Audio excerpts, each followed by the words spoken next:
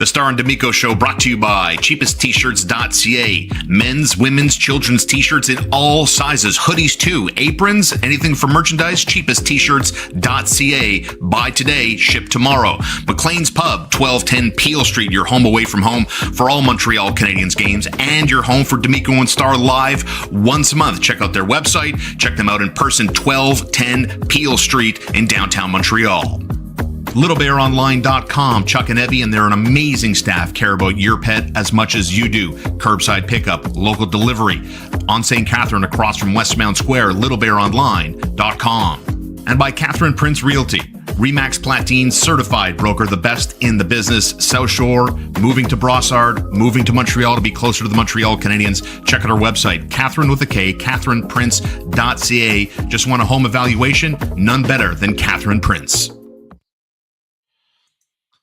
Welcome to Tuesday morning, and welcome to the morning after the night that was, live on the Starr and D'Amico Show. Thank you so much for joining us live on YouTube.com. Of course, every time you watch us, you can live your best life again, Marco, and check us out on all your audio podcast platforms. I say good morning to my partner in crime, Marco D'Amico. In the thick of the action yesterday, the reaction to the Toronto Blue Jays spilled out of the Bell Center, and the reaction filled with excitement after the Montreal Canadiens played one of the more impressive, dominant first periods I have seen them play this season, which turned into a 4-2 win. Lane Hudson, Jake Evans, get off the schneid, backstop by, I hate to be an I told you so guy. Jakub Dobes was the right call. Marco, good morning. And what a game that was last night, wasn't it? Way to end a homestand. Yeah, I definitely appreciated the first and third periods. Second period, thank you, Aster. Second period was something to be desired. I think the Canadiens are really going to have to get that kind of fixed, I feel. The long change really has not been their friend since the start of this rebuild. So, you know, I think that's definitely something they're going to have to look into, is just being able to continue. Thank you, Marianne. Really appreciate that. So, you know, when it comes to what I did like, the intensity, man, oh man, the intensity of that top line, I very much enjoyed, especially as you got into that third period. You know, we spoke to Slafkovský after the game, and he had his neck was all scratched up from that tussle with Rasmus Dahlin. And man, it was really funny to hear him talk and just be like, yeah, no, he shoved me and that pissed me off, so I shoved him back, and this is what happens. And he's all like scratched up. He's like, yeah, this is normal. As he has like a massive gash on his cheek from the preseason. So like this guy's already getting war scars. So it was fun to joke with him about that, because, you know, that top line up until last night has been always matched up against the opposition's top line. Well, last night it was the Evans line that was matched up against the Coolidge and Thompson line. And the first line actually went to work a little bit. And so that's why you saw them more dangerous than usual, although still not at the level that we saw at the later end of last season. So there's a lot to unpack. I want to, talk a little bit more about Jakub Dobes's game and what that means for the next four as the Canadiens embark on a Western time zone road trip. Wednesday in Calgary, Thursday in Edmonton, Saturday in Vancouver, and it wraps up with a final game in Seattle. It's worth noting that the morning show host is the one that's talking about the late starts here, because this is, you may wake up and the game may still be on if it goes to overtime. I always love that. It's happened to me. I think it's, I forget what game it was, but it was a few years ago where I came into work and the game had kind of just ended. I love that stuff. But I want to talk first and foremost with, I guess, air quote, breaking news. I saw Marco put this out on Twitter last night, and obviously it was a valid point that there's no way the Montreal Canadiens were going to embark on their next stretch of road games carrying the six defensemen with Caden Gooley still out 4 to 6 weeks. Before we get into that, the good news is forward Kirby Dach was practicing today. The Canadiens get on their charter at 2 o'clock this afternoon, bound for Calgary, right? So Kirby Dach was skating, practicing with the team ahead of the charter flight out west. But really no surprise in my mind anyway. Marco, I'd like for you to kind of break it down a little bit. Mark Del Gaizo gets the call. So does Joshua Ottawa, as Owen Beck is loaned back to the Laval Rocket. I saw a lot of people reacting, and I think you also put this out on Twitter maybe yesterday. Correct me if I'm wrong, but maybe Adam Engstrom might get the shot. I like the fact that he's staying in Laval, and a more experienced guy, Mark Del Gaizo, gets a chance to I'd rather see Engstrom play than watch, and I think Del Gaizo was the right call. So dive into the call-ups and the decisions made ahead of the game tomorrow in Calgary.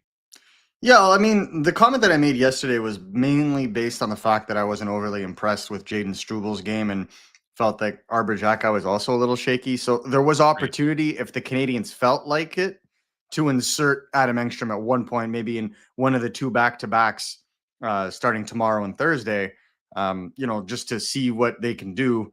That's not fair, Nicholas. It's funny because it's true.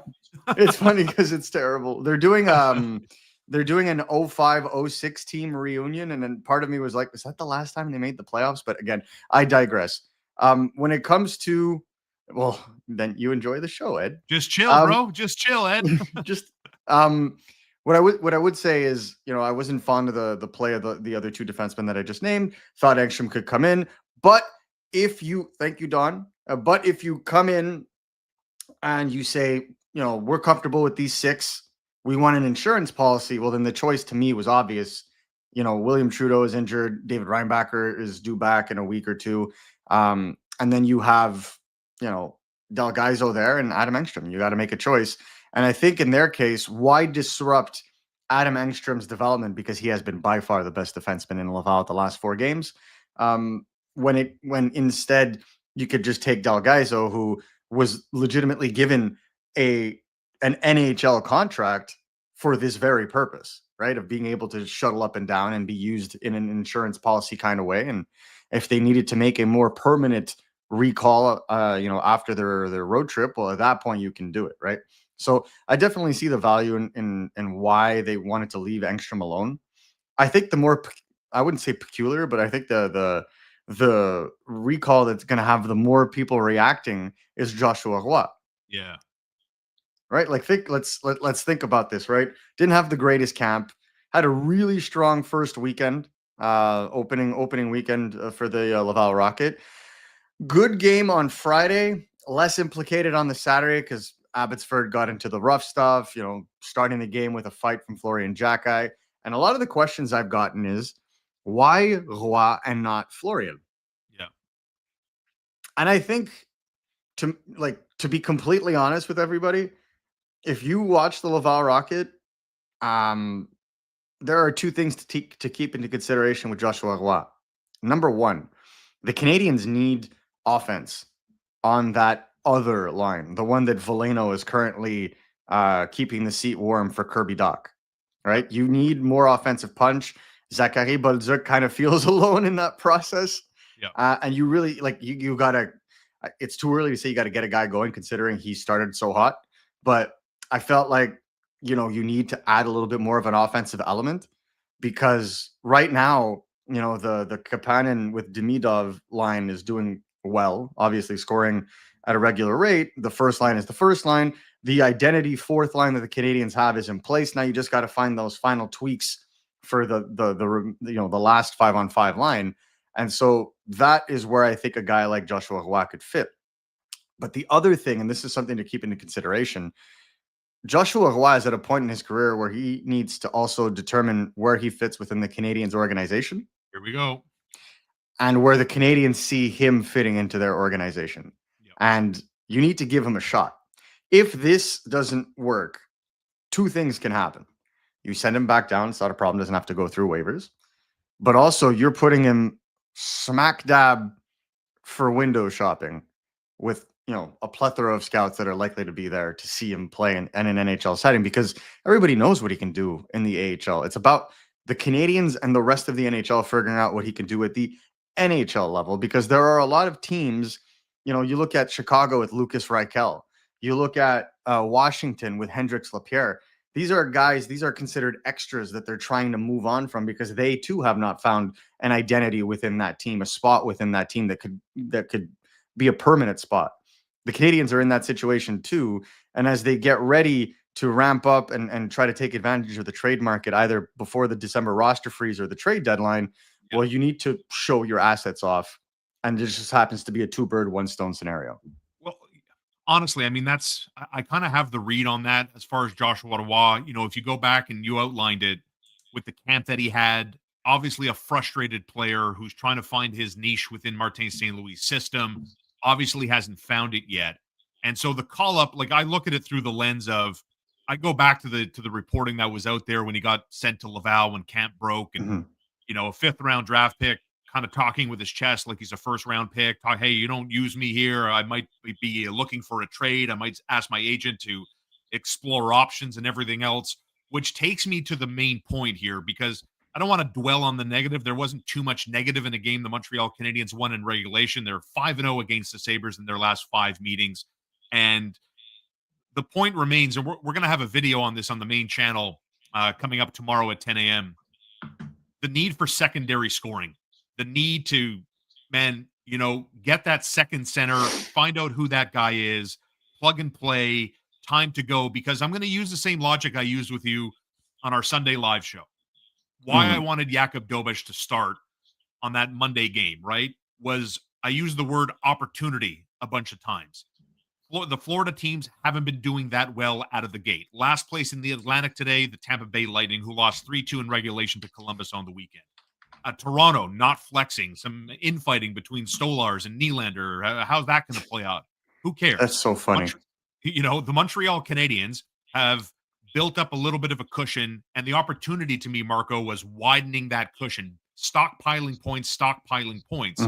So if I think that way, I have to think about this team. If they continue on this path, like if they come back to town 3-1 on this 4-game road trip, it presses the issue of getting deeper, finding more options to complement your top 3 guys. We'll get into Juraj Slafkovský, who I thought had a big game, a much better game, a game I'd like to see more of from big number 20. But here we are, 7 games in.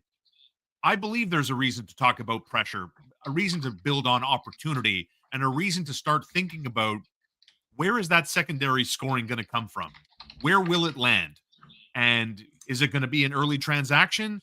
Is it going to be waiting for Kirby Dach to find something? Because if we think about Demidov, who played less than 12 and a half minutes last night, a 3-minute drop-off from Saturday's ice time, I lean on what you said. Bolduc, Demidov, Dach is something I'd like to see when Dach is healthy and ready to come back. Yeah, I think the combination that I've always wanted to see, doesn't matter really who the center is Demidov and Bolduc. And I know that people want me to call him Bolduc for some weird reason, but it's Zachary Bolduc. I hate to break it to everybody. Yeah. So when it comes to the way that Demidov is utilized, well, the issue at hand is not simply the ice time and how that ice time is used. Consider last night, I think the Canadiens had 1 power play, right? So there go his special teams minutes. So basically 11:43 was his 5-on-5 ice time. And he wasn't put on the ice in the last 4 minutes of the game because they were protecting a lead. Buffalo pulled their goalie with 2.5 minutes left. So I'm not too worried about that. That's fine. I'm more worried about the power play makeup at this point. I mean, like, they're about at 15% now, are they not? It's just, to me, it's not sustainable that your 2 waves are working this way. And so to me, without any disrespect to Zachary Bolduc, I think he needs to slide down to the second wave, and Demidov needs to go up to the first wave, especially with Patrick Laine out. If Laine's out, wasn't skating, at least Kirby Dach is skating, so it looks like he'll probably be coming back, because the Canadiens wouldn't have sent down Owen Beck and recalled Joshua Roy if one of their 2 injured forwards wasn't coming back. So if I am to understand that, then you need a shooting threat on that power play. Demidov at the right circle is the right call, pun intended, but it's on the wrong wave. Mm-hmm. And I think that having Bolduc in the slot and Dach on the right side, and I am going to get a whiteboard, guys, but we're really going to need to see that kind of evolution, because I like the way they move the puck around, but they keep trying to force the play on the first power play wave to find Bolduc for that quick little shot. Yeah. And it's not the wave for that. Not in my opinion. I think the wave for that is the second power play wave, because second power play waves tend to play more open. And especially with the Canadiens, who's sitting at the point on the second power play wave? Noah Dobson. And how good has he looked Oh my from the gosh. point? And we'll get into him and Matheson in a bit.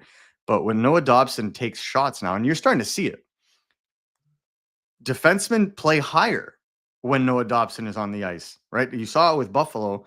The Uri Slafkovský goal was indicative of exactly that. How dangerous Noah Dobson was patrolling the blue line and going down, up and down the ice.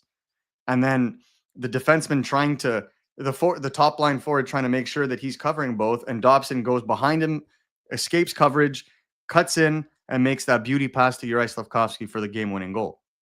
So because he's a threat in every situation, defensemen are going to play higher. That's going to give Bolduc more room. Because Lane Hudson is not a shooting threat, despite the fact that he did score his first goal of the season, it allows players to play a little lower and cheat a little bit on the penalty kill. And so because Bolduc is not being given that space to maneuver, putting him there is kind of a waste of time. Whereas if you have him with Bolduc, I think it's a better combination. So unbelievable sequence of play that got the Canadiens on the board. Slafzilla. Oh, I should call him that. At the Bell Center last night. Alex Carrier in an outmanned battle along the boards. The speed of number 15, Alex Newhook, was on fine display, just like the rest of the team. Passing, I really liked the pushback from the Canadiens that maybe took things for granted a little bit against the Rangers when they built up that 2-0 lead. Maybe they thought it was going to be a cakewalk. It turned into a 4-3 loss. I love the way they came out and responded to that setback on Saturday night. They are so tiresome to play against. The Canadiens get that puck out of their end, get it to the neutral zone, and then boom, they've already entered the offensive zone, and on and on and on they went in the first 20 minutes. But let's talk about that first goal last night from Alex Carrier's incredible footwork and board battling, Newhook to Demidov to Kapanen for his fourth goal of the year, leading all rookies in goal scoring. Where was that offensive touch last year? What happened between Kapanen being loaned back to Europe, breaking camp as a Canadian, and look at this guy now going to the net again to get the Canadiens past Alex Lyon and that 1-0 lead. Yeah, I mean, it was a critique of mine of Kapanen's at the time as well. I think the issue that I saw with him was, well, first of all, to put things into consideration, right? Like Oliver Kapanen last season began his season in late August. Right. Then came to Canadiens camp, stuck around, and then went to Sweden, played the whole season in Sweden, including the playoffs, then came to Montreal, played the playoffs, and then went to Laval and played the playoffs. So it's a lot of elimination hockey. That's a lot of different steps in hockey. It's a lot of different types of hockey that you're playing all in one season. So there's a lot to take in. There's a little bit of tiredness in that regard. But I thought that, being the intelligent player that he is, he's obviously getting used to his play and getting used to his line mates. Now, I will preface this. I don't think he's had the greatest start to the season. Like, yes, he leads all rookies in goal scoring, but I don't know that he would be doing that if he wasn't playing next to Ivan Demidov, right? Like, I just don't see that happening. But exactly. So because he's playing, he gets that extra rub. And so too, in my opinion, is Alex Newhook. And, kudos to him for benefiting from it. And that's the other thing. That's the other element I want to say. He's not driving play. He's not the guy that's going to show up on an advanced stats sheet and have a high Corsi rating, a high Fenwick rating, and a high expected goal differential. Like, you're not going to see that.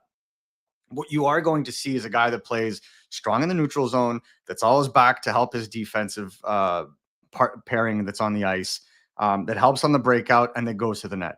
That simplicity of his game is what makes him effective. So as long as he continues to add layers offensively, including, being able to beat guys to the front of the net and going to the net, I appreciate that. I like the way that Alex Newhook has been playing to a degree. I still feel like whenever he receives a pass, it's almost like he's holding a grenade on his stick. Yeah, I don't disagree. He needs to, like, he's at his best when he calms the game down, right? And I felt like last night he was just a little excited in certain plays, and it led to a loss of possession or just a bad decision.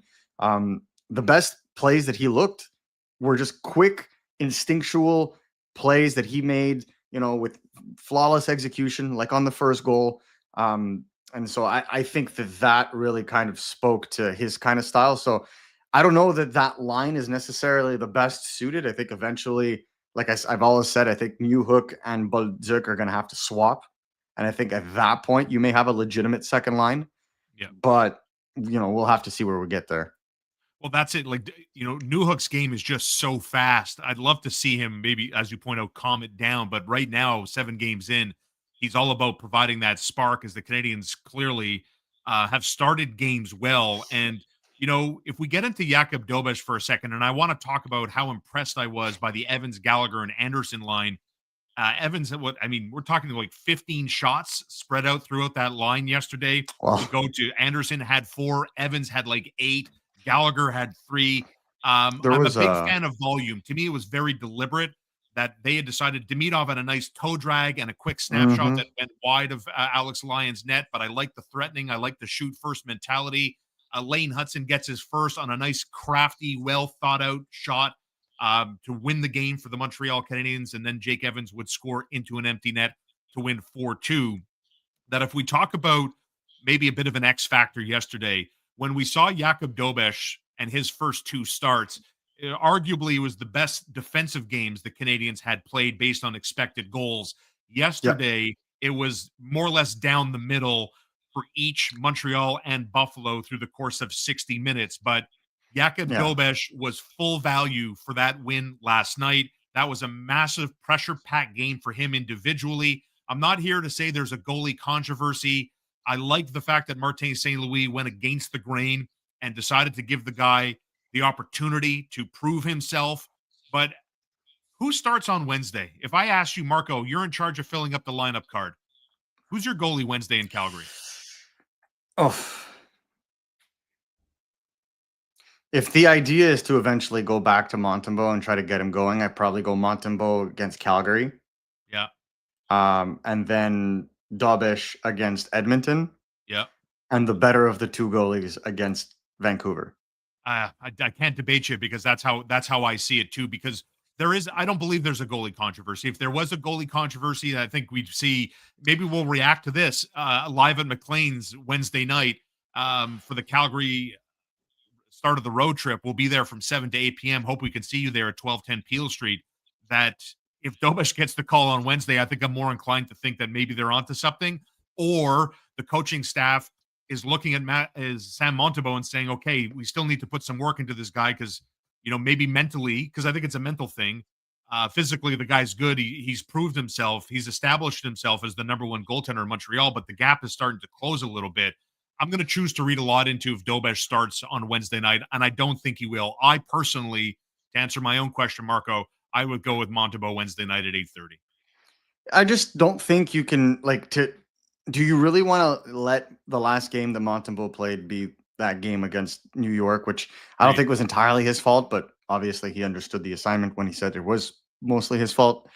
Do you throw him back against the Oilers, who have had very disappointing play of late and are going to be looking to bounce back? There's a strategy in that where I think he is more apt to play well against a team like Calgary and find his mojo again than throwing him to the Wolves against Edmonton. And when it comes to Dobes, Dobes, since the beginning of his career in Montreal, has been thrown to the Wolves. So what else is new, right? You also want to test him and see what's going on. And so I agree with a lot of people in the chat and in the comments. I think ultimately you don't want a goalie controversy. What's the best way to do that? You make sure that both your goalies are going A1. And so it's always, there's a little bit of a psychology element to it. You can't always, and then I think that's where the Canadiens want to get to, Denis, is exactly that, is the 1A, 1B concept. Because if you can have Dobes elevate to that level, then you're sitting pretty, because now, and we haven't really talked about him yet, but Jacob Fowler over the weekend had himself a pretty solid performance with that shutout, albeit 20 shots against, but still looked good in the way that he played. So, to me, I don't necessarily think that there's a controversy. I think this is a good problem to have if they can get Montembeault going again. Let me put this up on the screen and try my best to answer this through the great reporting of Arpin Basu. No, they're not. I don't see it that way personally, and I think it's a little too rushed to talk. talk about Their Jacob future Fowler. on it. Exactly. I mean, Their future the on it. goaltending position is so tough to handicap and project forward. But what Arpon Basu told Connor McKenna and yours truly on Monday was the amount of scouts that he had spoken with, and they don't all agree, but there were a few scouts that Arpon has had conversations with that put Jakub Dobes and his future right there with Jacob Fowler. That's what some see. I love Mhm. his competitiveness like a lot of people. I love the attitude. The confidence seems obvious when I watch Dobes play. I'm no goalie expert. I don't pretend to be one. So I'm not going to sit here and say that, yes, Jacob Fowler and Jakub Dobes are going to be fighting for the crease one day. That's a good problem to have at the end of the day. But I really like what Jakub Dobes brings in terms of confidence, attitude, aggressiveness. And that's a very important aspect, I think, to have to be a high-performing pro athlete personally. Yeah. I think as Canadiens fans, you need to have a little bit of long-term memory here. Yeah. The last goaltender you rushed at 20 years old almost got ruined. His name was Carey Price. Let us all remember that, right? Look Yeah. at Buffalo. Tried to rush Bob Devon Gainey Levi. loved him, though. He said he had the ice water in his veins. I'll never forget that quote from Bob Gainey. Yeah, he did have his ice water in his veins, but then obviously that ice melted a little bit in 09 and 2010. And, it was really good that the Canadiens continued, despite the lack of performance, to give him confidence, even in the face of Yaroslav Halak stealing the number one job and taking to the Canadiens as far as they did in the 2010 playoffs. But the reality is, there was a point in time, and Carey Price has admitted this himself, where things were teetering for him in his career. And a lot of it was, in my opinion, due to the fact that he was brought up too soon, too quick, that they traded away their number one goaltender at the time, Cristobal Huet, to make way for a 20-year-old starter. Like, that didn't work out for Philly with Carter Hart. That didn't work out with Buffalo for Devon Levi. It did not work out with the Florida Panthers with Spencer Knight. Just stop doing this. It never works. The last time it worked was 20 years ago. Yeah. So the way that I see it is, if you truly believe he's going to be a 1A, let him sit. There's a reason that Jacob Fowler's contract only has performance bonuses in the third year. We're in year one. That means that both management and his representation think it's going to take him at least 2 years to start getting regular amounts of starts in the NHL. So everybody can be excited about him. There's no reason not to. I've been on the Jacob Fowler bandwagon since he was in the USHL. All I got to say is, just don't rush goalies, especially one that is this highly touted with this much potential, because if he continues to play the way he does and he continues to progress the way he does, this is a potential Vezina candidate on a regular basis. So just let it simmer, let it sit, right? And I'm not saying he's going to win the Vezina, but this is a guy that at his peak could be one of the top three guys on a given year for the Vezina. I mean, when you say that, I mean, if he can live up to that billing, the Montreal Canadiens are going to win a Stanley Cup. They have so much talent in front. If you poll most amateur scouts today and ask them to give you a top 3 goaltending prospects list in the NHL, Jacob Fowler is on 100% of those lists. You brought up Noah Dobson's name. Ethan, thanks as always for being a regular contributor to the show. My read on Dobson, he's such a high-end skilled player. It's almost like when Lane Hudson got integrated into MSL's system last year. I'll remember one of the quotes that Cole Caulfield gave to the media after an electrifying Hudson performance. He's like, listen, we're already at the point where we follow number 48. He decides what he's going to do. And to me, it's not so much Dobson playing better now because he's healthy. It's Dobson getting used to his team and his team getting used to him. That's what I see when I watch Noah Dobson evolve as a Montreal Canadian defenseman, more confident, firing shots, setting up plays, driving the play from the blue line in. I see a team that's starting to learn his habits, and he's starting to pick up on his teammates' habits, which is adding up to individual and team wins. The Canadiens with 10 points sit tied atop the Atlantic Division with Detroit. By the way, Ottawa home to Edmonton tonight at 7:00 if you're looking for a fun game to watch, Marco. Let's talk about Noah Dobson and why we're seeing a much more consistently better version of him from game 1 through 7? Yeah, no, I mean, Noah was pretty straightforward with us in the room last night, where he's just like, yeah, just getting to know my teammates better, getting into the systems, understanding the way things are working, a little bit more comfortable. Yeah, in the future. Yeah, great. Like not now. When you look at the way that he like obviously one of the things that impressed me the most with him before the offense started to show was his active stick. So many plays have been killed when it comes to the way that he just pokes pucks away, is able to kind of wrap himself around the opposition and kind of box them out, and then get that puck out quickly. The way he's able to block passing lanes is just, that was already there. That I really appreciated. When it came to his offense, I wanted to see him shoot more. I wanted to see him take strolls in the offensive zone with a little bit more, frequency. Man, did we ever see that last night? And I think that's the key. Like, you look at that Slafkovský goal, that was a beautiful pass by Nick Suzuki. But if you look right before Suzuki made that pass, you saw the ever so slight hand up by Dobson as he proceeds to start going and doing his line straight to the net, receives the pass. And that was a nice saucer to receive the pass in motion without any hesitation, continue to the net, basically get Alex Lyons out of his net, and then just slide it right past him in the post to Juraj Slafkovský. I mean, incredible. And right before that play, he had almost put it in himself on a similar style of play. So to me, that's the Noah Dobson that got 70 points on Long Island. I don't say he's going to get 70 points now because he's not playing on the first power play wave. He's not getting top offensive opportunities. That belongs to Lane Hudson right now. But in terms of the way he impacts both ends of the ice, this is the defenseman that fans are starting to see right now that made the Canadiens jump to give him $9.5 million a year. And I think knowing that he's coming back from a groin injury to boot, last night he was still sitting down on the bench when he was talking to us, didn't have an ice pack on his leg, but still you could tell that he's a little sore after the game. I still think there's an extra notch, and that's exactly what he said. He's like, I feel like I got an extra notch to give. I feel like I could still improve my mobility and improve my efficiency. But he's like, playing with Mike Matheson right now, him and I just are really gelling, and I think it's helping both of our games. And can you really argue with that statement? I just can't wait for the season to keep going. I'm excited to see where this team's going to be at the 20-game marker. By the time we get into December, where is everybody at, gelling on the same page, and on they go, and seeing if they can manage their output a little bit more, see how much of a lesson they learned from that 2-0 lead that slipped away on Saturday night as the Canadiens were able to hold the fort in a 4-2 win last night over Buffalo. Now, one player to me that has done a 180 from last year being the whipping boy, the 21st century version of Patrice Brisebois, if you will, Mike Matheson. He's in a contract year.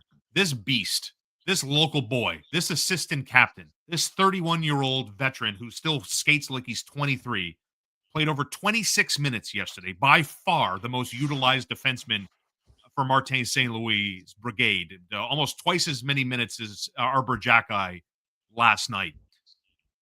I don't know what the future has in store, but what I'm comfortable suggesting is that when you look at other teams that want to rebuild, that are hoping to copycat what the Montreal Canadiens have been able to accomplish, I said this at the time, and I'm going to repeat myself again. You need good veterans. You need veterans that are willing to buy in to what the team is doing. And Mike Matheson has done that. And as the team continues to round out defensemen 5 and 6 and building to that depth, Mike Matheson, to me, is worth a contract. Mike Matheson is a $6 million a year defenseman. You want to give him 4 times 6 at $24 million at 31 years of age? I'm green light go for that. I mean, he's 4.875 on the cap right now. He's not taking less. But I'm going to say this. I see Marco's doing the up. 6.5 million might not be enough. But I will say this. How badly do you want to stay home? How badly do you want your role? You have a role. The coaching staff knows you. Your teammates know you. You're building something with Dobson. And right now, the trend, Marco, and I want you to pick up on this, not too many people are playing hardball with the Hugo management team. Lots of people are taking nice air quote deals here. So let's talk about the future of Mike Matheson. I'm not going to put you on the clock on when this contract, if it does get done, when will it get done? But Mhm. what are you thinking about Matheson's future, years, dollar per year? Let's get into Mike Matheson now. Yeah, I'm going to stress first and foremost that you're not going to hear anything on the Mike Matheson signing contract front like we did with Lane Hudson. He's Yeah. repped by the same organization, Cortex, but not the Oh, boy. same agent. And just especially with how things went down with Hudson, there is an embargo of information when it comes to anything in regards to contract negotiations with the Canadians. I think Cortex learned I wouldn't say they learned a lesson to sound condescending, but I think it was eye-opening just to see that maybe the wrong market to be leaking information. That being said, I'm with you in the sense that I think that the way that Mike Matheson is playing right now on the open market is easily an $8 million player. The way he's playing now, tell me otherwise. What other defenseman is going to hit the market as an unrestricted free agent this summer that plays 25 minutes a game and is playing that well, that moves that well, right? I think he could easily ask for that. Now, do I think he's going to ask for that from Montreal? No.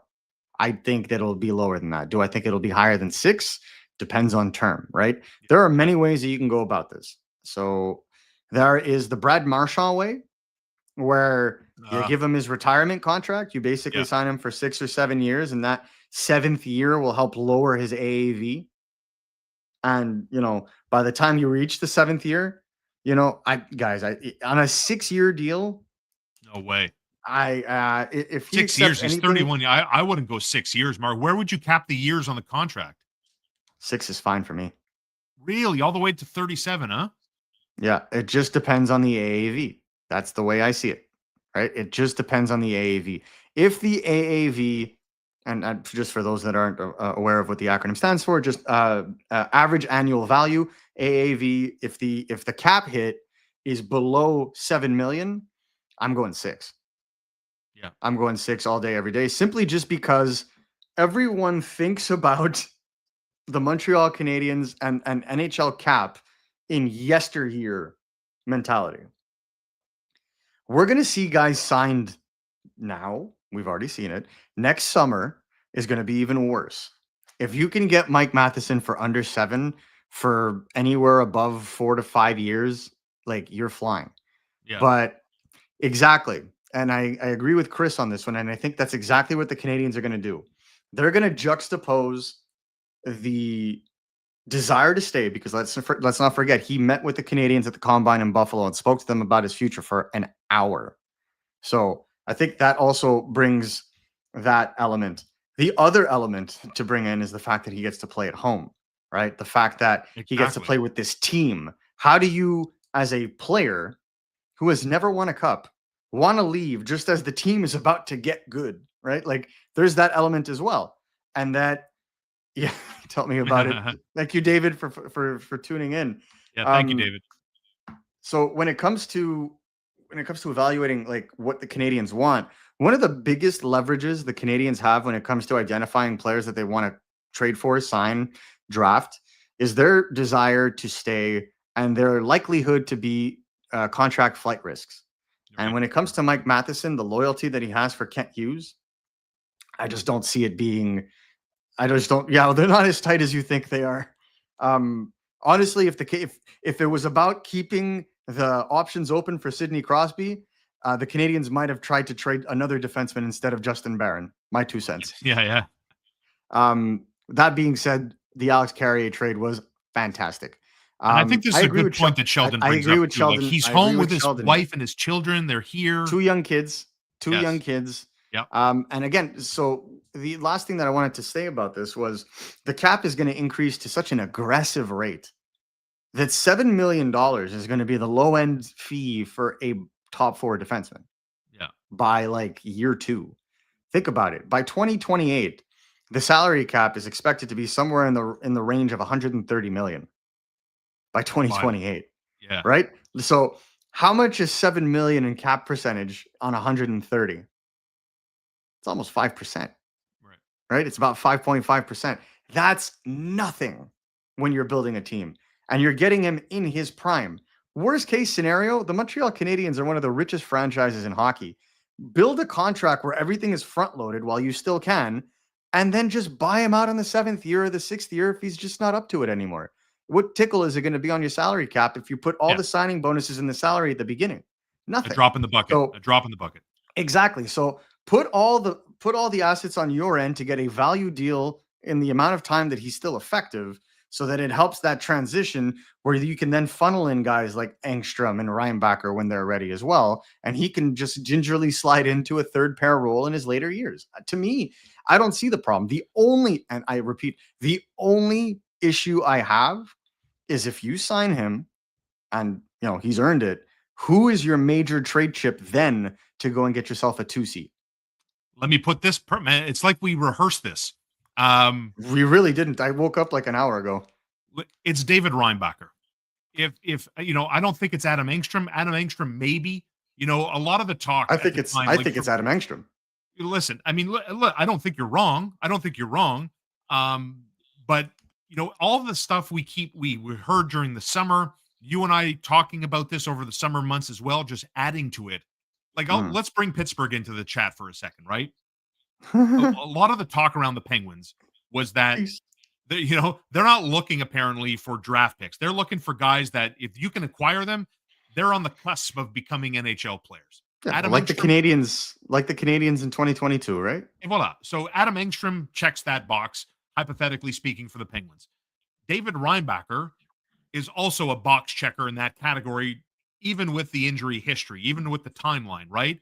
But I think in order to check this box of the Canadiens getting secondary scoring, and I don't know which way you lean today, will the Canadiens explore the rental market? Are they going to look for a younger player that they identify as someone that could be integrated into their system? Is that character guy? Everyone talks about culture in Montreal, so it's very important that the team acquires the right personality to go with the skill set. And the old cliche, if you want to get, you got to give. And there's goaltending talent that you and I just kind of broke down earlier in our live show today. We could talk about the depth of defensive players. I think we both agree that Michael Hage is not on the table, right? He's still a couple of years away, probably. So Reinbacher, Engstrom, a goaltender, maybe. I think that's what this fan base might be looking at in the not too distant future if the Canadiens are dead set again on seizing the opportunity of building their way up the standings. And how do they do that, Marco? They desperately need secondary scoring, and they need it fast. I don't think they need it fast, but if they want to make some sort of impact in the later half of the season, they're going to need to upgrade. And I think, in our conversation with Jeff Gorton this summer, he basically alluded to that very statement in the sense that he doesn't see this roster as being finite today. He also said that he would be a little bit more careful about trading their 2026 first until they had a very good indication of where they were in the standings. I get it, Galkin, but you got to give to get, man. You're not getting a 2C for William Trudeau. Like, I'm sorry. Goolie's name's up in the chat if we're talking about trading defensive prospects. Yeah, of course, because because it's easy to say that, and obviously he's a valuable piece at $5.5 million. But then as a leader, man. But then the problem gets posed, right? Because then you really have to think about this for a second. If you trade Goulet away, granted, you get your 2C. Mike Matheson gets re-signed. He starts to age. His play falters after year 4 or 5. You have Lane Hudson as your number 1 left shot D. Who's your left shot D2? Engstrom? I don't know. I'll be honest, I don't know enough about his game to talk about like where he projects to be and where ultimately, if all the stars and planets align, who is this guy going to be for this organization if he stays here? Well, that's the thing, right? If you look at Caden Goulet's injuries, none of them are structural. All of them are freak accidents. All of them. It's hilarious. It's almost farcical. That's why fans are so fed up about it. Getting a laceration on your leg in a random situation. What are we doing here? Pulling a muscle on the opposite end of where your current injury lies because you're overcompensating. Like, come on, man. And then you look like the concussion against Kucherov, like pure random play. None of these are causal. None of these are like relevant to each other. Where like injuries that worry me are, for example, Kirby Dach getting surgery on the same knee 2 years in a row. That worries me. But nothing like the injuries that Goalie gets don't actually slow him down, don't actually take their toll because they're not the kind of thank you, Andre. And so I think this is where I was going with this. Not chronic Goalie, injuries. Like the chronic stuff is exactly what you worry about. Caden Goalie was injured in last year's playoffs, right? He came back early. We all remember that, right? From that laceration. That hurt like a bee. And he still played all 5 games. And he would have played all the games the Canadiens were going to play. But in this situation, this is the one time where I've seen Caden Goalie play through an injury where I thought he should have sat out. Groin injuries are extremely risky to play through. And Dobson and Goalie did exactly that. Dobson, thankfully, nothing has happened. Goalie, overcompensating in one area, gets hurt on the other, right? So now you have to wait 4 to 6 weeks. That to me is not that big of a deal. It's annoying. I understand fans for this. It's definitely annoying from a roster building perspective. But push comes to shove, unless it's a massive issue, to me, having Goalie in your top 4 come playoff time, like this top 4 for the Canadiens, I'm sorry, and I don't want to sound like I have rose-colored glasses on. This is the best top 4 right now on paper with Goalie healthy in the Atlantic Division. Yeah, I don't disagree. And there's still the puzzle to round it all up. I mean, Jaden Struble, to me, 2 games in, I know he gave away the puck a couple of times, but overall, he took his opportunities, shot the puck. I thought I didn't confidence, I didn't like his game last night, to be honest with you. Just too tentative with the puck. A lot of turnovers. His getting players lost in coverage, especially when they would crisscross in the offensive zone. He seems to like not know where to go if he follows the player, the original player, or if he just continues to the player that's now on his side of the zone coverage. And that's the problem with zone coverage, in my honest opinion. Man to man is always key. But I didn't necessarily like his puck tracking. I wouldn't say he hurt the team, but he did. It's not like he helped himself either. Arbor was kind of the same thing. The only thing I would like to point out, though, is I think that Arbor is better at now using his body to give himself a little bit more time. Exactly, Michael. I honestly, that's the way I saw it as well. Whereas Arbor is using his body to give himself more time to do the zone exits and to calm the play down. So I give kudos to Jackeye on last night's game. I just wow. That's why I said it wouldn't have surprised me if they called I see up it the total opposite way. I mean, Jackeye. Oh man, he's such a liability defensive. I don't want to be harsh to kill the guy, but like, no, I wouldn't call him not a an liability, everyday guy for but me so far. I wouldn't call him a liability, but I think that Struble was the one that had the most amount of scoring chances against. And it really, to me, kind of affected his game. The only difference I would say is that Jackeye got more of his fair share of shifts with Lane Hudson, and it showed because those two played well enough together that it wasn't necessarily problematic. So what is the what does the coaching staff see then? Like, why is Jackeye's ice time like always so cut?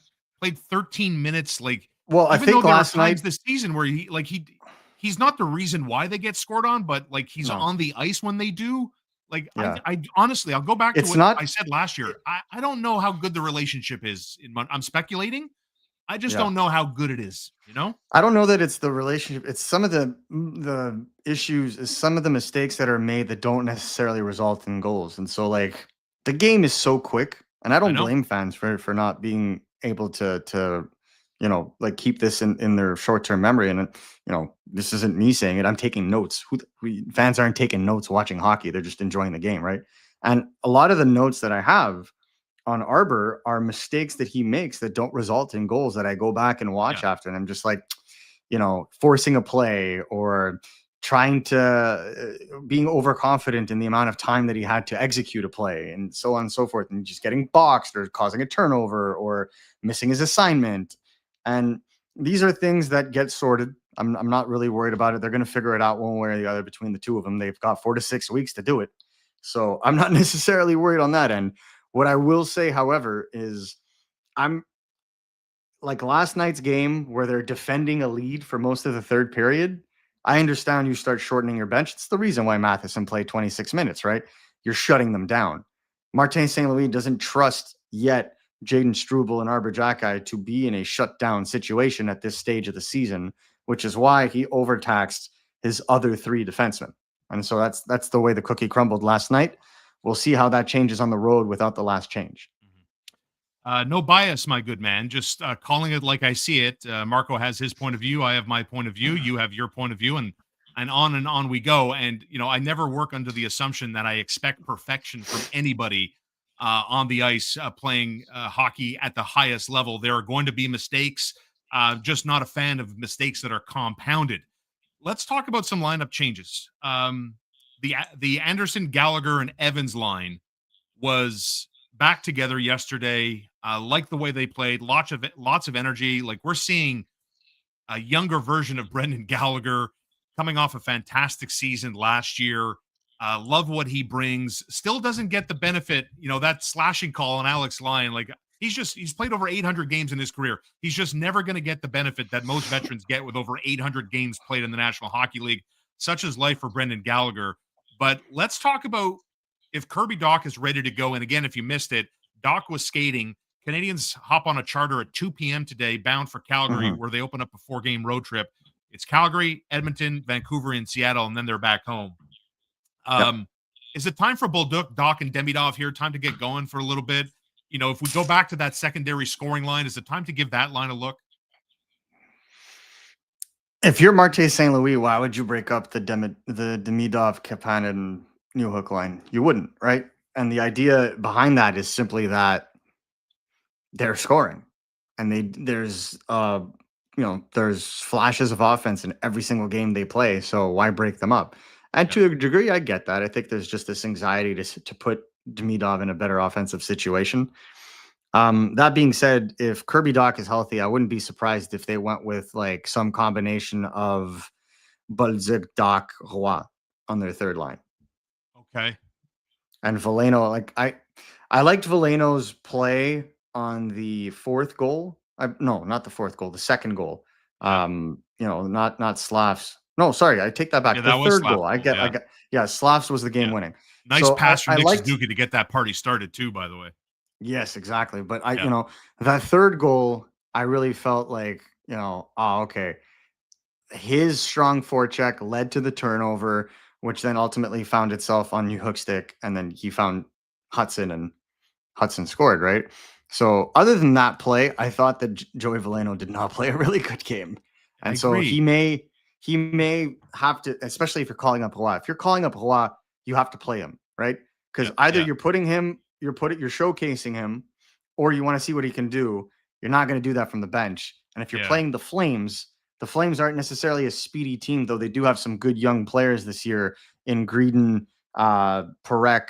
We'll have to see if Honzek is playing in this game, but they have some good young players on their roster as well. So it'll be interesting to match up. And I think that that's what you would want Joshua Roy to do in this case, especially on the road. And, I'd be interested to see how they go about it, but I think Roy has to play simply just so the Canadians can make a final assessment on what they want to do with him, and also give other teams in the NHL a look at him if it does become to the point where he calls his agent and says, okay, let's go for a trade here. You and I think, are more or less on the same page when it comes to Joshua Roy, the motivation behind the call-up, right? If you missed it, the Montreal Canadiens called them Mark Del Gaizo and Joshua Roy. As we figured out, it's hard to imagine. It wouldn't be a smart decision to go out west to the Pacific time zone, essentially, and carry just 6 defensemen for the just in case, the insurance policy. So, there's the 2 call-ups. Owen Beck loaned back to Laval. That if we can find a little common ground, right, about Joshua Roy, trying to bring a little bit more skill and offensive punch, with the hope being that maybe he can find something here.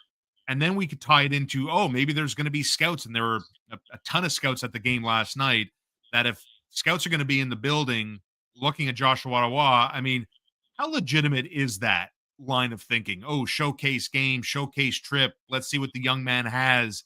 To me, it's more showcase for the organization to see if there's more belief in Joshua Roy, one right? stone. It's a 2-bird, 1-stone element, right? But he's to be harsh, he has like 0 value on the market. He's got more value internally than he does for other teams, right? Like, he's done, air quote, nothing for other teams to say, you know what, let me buy a plane ticket. Let me send my guy over there, or let's expense something for a guy in Calgary who's a part of our scouting to look at Joshua Roy. Like, he's had multiple opportunities to impress in camp, and that has not been the case. I think that he impressed his first stint with the Canadiens in 2023, 2024, those 9 points in 23 games. Last year was less flashy, though his numbers in the AHL continued to be consistent. Yeah. And then in the playoffs as well, he kind of got better as the playoffs went on. And obviously he started quite well. He got 4 points in his first 4 games with the Laval Rockets. So it's not like he hasn't hit the ground running. He's clearly hit another level. Now it's the question of being able to utilize these new physical gains that he's made and apply it to the NHL and see if he can stick there. Do I think he's got more value to the Canadiens right now? Absolutely. But that's because the league is not in the business of looking at futures right now. Everybody's, I would say 3 out of 32 teams know they're not making the playoffs. 3. And one of them, their head coach wants to trade their firstborn. Yeah. But one of them, their head coach wants to trade his firstborn child for a victory in San Jose, right? So like, what a wild line that was. What a wild line. Yeah, I know. It hit me in the feels, right? So I kind of understand where we're looking at right now. Teams aren't looking at futures. Teams aren't looking at prospects unless it's a swap. If you're the Canadiens, could a swap of prospects make sense for the Canadiens if they were to go and get another right shot defenseman, for example, for Joshua Roy, potentially, or a center prospect that's looking like a Hendrix Lapierre, for example. Sure. Right. Oh, wow. Like that could make sense if you're looking to try a guy. And you don't want to give up, like a major roster piece or a draft pick. Well, here's a prospect for prospect, and a winger could probably be better suited to crack the lineup in Washington than the center at this point, considering the depth that they have at that position. So I could see that. Now, I'm not saying and I know what's going to happen. Some people are going to watch this show. The trade rumors are going to be all over the internet. This is simply just a suggestion. You probably have to add from the Canadian side, et cetera, et cetera. Sure. But it's just an idea. Until you see consistent playing from him in the NHL and production, then that changes the conversation. Then is he a useful piece for the Canadiens? Is he a useful piece in a trade? And I think at that point, that's when you start looking at teams that are bowing out, that want to get younger, that want to reset, and that are looking to, inject some youth into their lineup, like we saw Nashville do last year. Well, I think Joshua Roy would be a perfect candidate for that if it doesn't work out for Montreal. Don't forget, Starr and D'Amico live from McLean's Irish Pub tomorrow at 7 p.m. The live version, which will also be streamed on the channel. So if you're watching from parts unknown, listening from parts unknown, don't forget, don't worry, the content's still going to be there. But yeah, we'd love to see you. We've got free swag. We've got Canadiens ticket giveaways.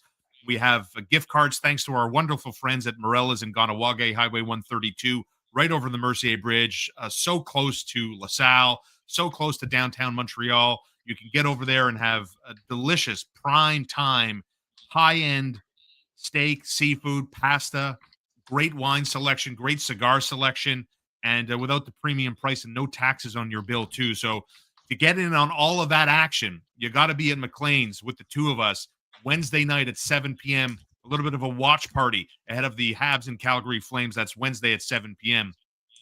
Juraj Slafkovský on that top line.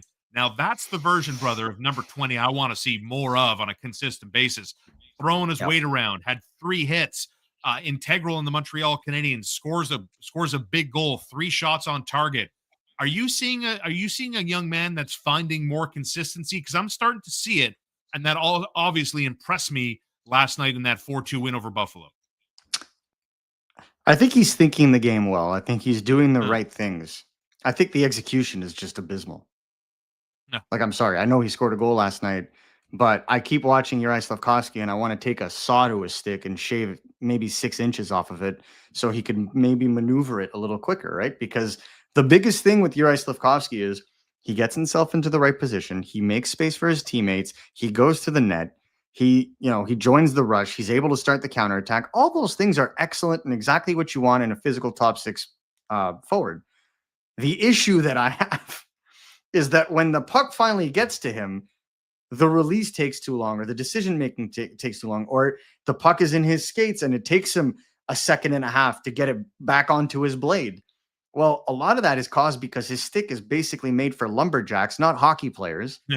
So, like, the stick is longer than me. Like, It's almost like an 11-foot, sorry, not 11 feet, but a 5'11" stick. Like, it's up here, man. You have to see him when he's holding it. I'm like, it's the measuring stick to see if I can go on the ride. And Right. to me, like, it's just too damn long. I had the same problem with Jesperi Kotkaniemi. It was the same thing. The stick is too long. Like, yes, it helps you cut passing lanes. Yes, it helps you with poke checks. But at the end of the day, you have to reposition your hands on the stick just to be able to hold it and then make the shot. So to me, that's an extra second lost that affects his efficacy and his ability to release that puck. Yeah, and exactly. It affects his shot because he always has longer right? stick, right? Yeah, and so to me, I've always, and obviously, like, who am I, right? Like, I'm not going to tell Uri Slafkovský what to do, and they don't listen to the media regardless, so that's okay. But I just wish somebody in the Canadiens organization could be like, "Hey, Uri, give me your stick for a second, zip," and just shave like 6 inches off of that and see if it changes anything. Because I'll give you an example. Zachary Bolduc has a very small stick for his stature. But it's the reason why he's able to snap those shots off so easily when he's in the bumper. It's the reason why he's used there in the first place, and his shots get off in a hurry. So I think to myself, and I see that, and I say, what if they shave Uri Slafkovsky's stick just a smidgen, right? Because it's not like I believe it'll impact his overall game. I think he's sound enough positionally at 5-on-5 at this point that if you shave off 6 inches, he's going to be able to properly pivot and position himself to compensate. But it's his offensive impact that I'm just not sure of when it comes to the way that he goes about shooting and finishing plays. So to me, it was just an idea that I had on the off the top of my head. It's something that a lot of youth coaches tend to do as players grow, is they start shaving off a little bit of the stick just to make sure that it's a little bit easier for them to maneuver around with it, or in some cases to improve their defensive stance, right? You shave off the stick, take off maybe 6 inches, and then it really forces you to not cheat in your coverage, right? Well, this is the opposite. It's not the defensive side of the puck that could benefit, but the offensive side. So the Canadiens are in Calgary. The Calgary Flames obviously have lost 6 in a row as we do this live show for you today. They're at the bottom of the Pacific Division with 2 goals. They're already a minus 16 in goal differential. The Vancouver Canucks are going to be a tough out. They're off to a good start. The Edmonton Oilers, we'll see what happens tonight. I've got Connor McDavid getting off the schneid. I got Connor McDavid scoring and winning in Ottawa at 7:00 tonight. McDavid's on 0 goals. That's crazy to me. And 7 assists. So obviously very dangerous. Let's talk about this upcoming road trip that ends with Seattle, begins in Calgary. Out of 8 points, what's the acceptable result when the Canadiens return from that Seattle game? What's that look like to you? My prediction is 6 of 8. I think acceptability will probably be 5 of 8. Yeah. I think you got to come away with 2 wins and maybe steal a point as a worst case scenario. Those 2 wins are going to be hard. Like, you don't want to there's, as many people have pointed out, there are no easy games in the National Hockey League, and Calgary's going to be hunting their pride. This is a proudful group. They want to win. Obviously, nobody likes going to work and being miserable at it, despite how much money you take home at the end of the day. So I don't think the Canadiens have shown me that they look past opponents. Vancouver might be the toughest test of them all. No, Edmonton's obviously filled with skill, clearly, but Vancouver to me on a Saturday night in an afternoon game, that might be the tough one. I don't know about that, just because Vancouver obviously is now without their second line center. They just sent down Brayden Coots as well back to Seattle. So their depth at center is going to significantly be tested. If Kirby Dach comes back from the Canadiens, as crazy as this may sound, the Canadiens are probably the deeper team at center between the two because of that. Wild. And I think, and despite Quinn Hughes playing for the Vancouver Canucks, I enjoy their team. I think they have a solid top 3, with the other Pettersson and Hronik, but I still think the Canadiens are the better structured team overall and with the better winger depth overall. And that to me, just, it would have to be a goalie battle. Demko would basically have to bail them out entirely if healthy, right? So that's the key to me. I don't necessarily think they're the trap. I definitely believe that the Seattle Kraken a second time around is the trap, right? Because they're going to be that loss is fresh. That loss is very fresh. And, Yeah. it hasn't been a go for them since that loss. So I expect them to want to bounce back significantly against the Canadiens. Yeah, that was the Sam Montembeault got that game too, right? I fully expect Montembeault to get the game in Calgary. Dobes gets the Edmonton game, and then we reset. And then we reset Yeah. to see how each guy looked, and we'll see what happens in Vancouver on Saturday night for us. Anyway, it's a Saturday night game. It's a 7:00 Eastern Standard Time. Man, oh man, that 7:47 puck drop last night with the Prime game, man. Such a killer, man. I know nobody in the media, like I'm a morning show radio guy. I know it doesn't really matter in the grand scheme of things, but man, oh man, 7:47 for a weekday game is crushing, brother. Oh, Yeah, but you also get to turn the TV off and go to bed. well, yeah, but then and then I wake up at 3:45 in the morning. You tell me what you prefer. I'd rather stay up and take the metro home than have to get up at 3:45 in the morning. Yeah, I know. Except the metro was down last night and stuff. Yeah, But get ready. They're going on strike for a month, so take note, public transit users in Montreal. Yeah, I'm definitely gonna buy myself a parking spot near the Bell Center. But yeah, I mean those late starts are always a little peculiar, and then you extend it with a 7:47 puck drop and stuff like that. It's never fun. But thankfully the Canadiens put on a show. The fans were fantastic last night, as usual. But just overall, the fans were fantastic last night. They had so much juice left in them that they were cheering a Blue Jays victory right in front of the Bell Center, like the Canadiens had just won the cup or something. So like the fans were A1 last night again.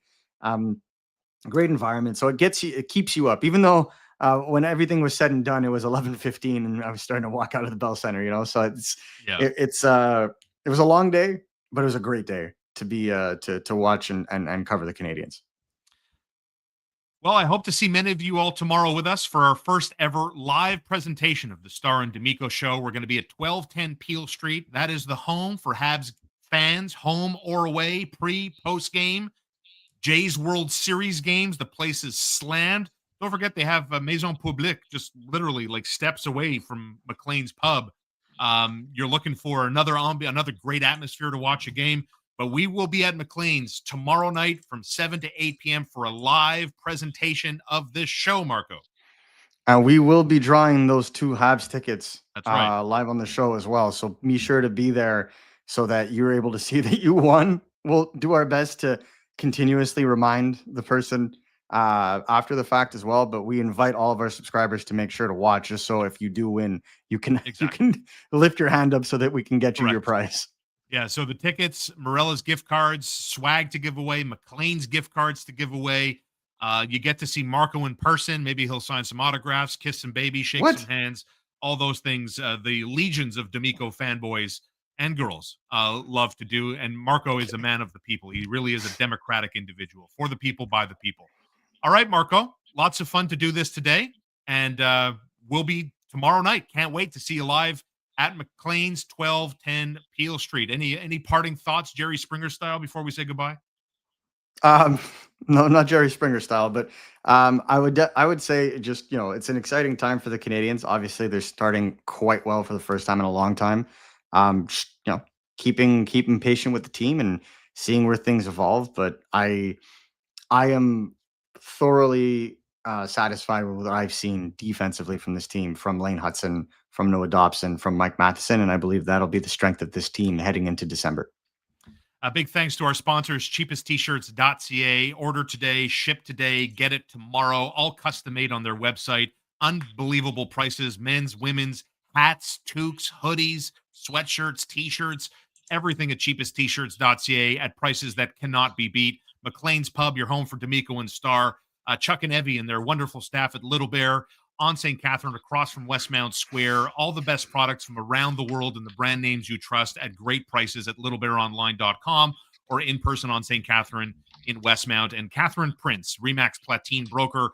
Call her now if you need a home estimate, if you're thinking about a move, if you need someone that's a trusted advisor in this space for 2 decades. Catherine Prince is the woman in charge that you can trust, because we trust her and you can trust us, right? CatherinePrince.ca. That's Catherine with a K. Check out her website, CatherinePrince.ca. Thank you, Marco, and I'll see you tomorrow night live at McLean's at 7 p.m. Hope to see you all there.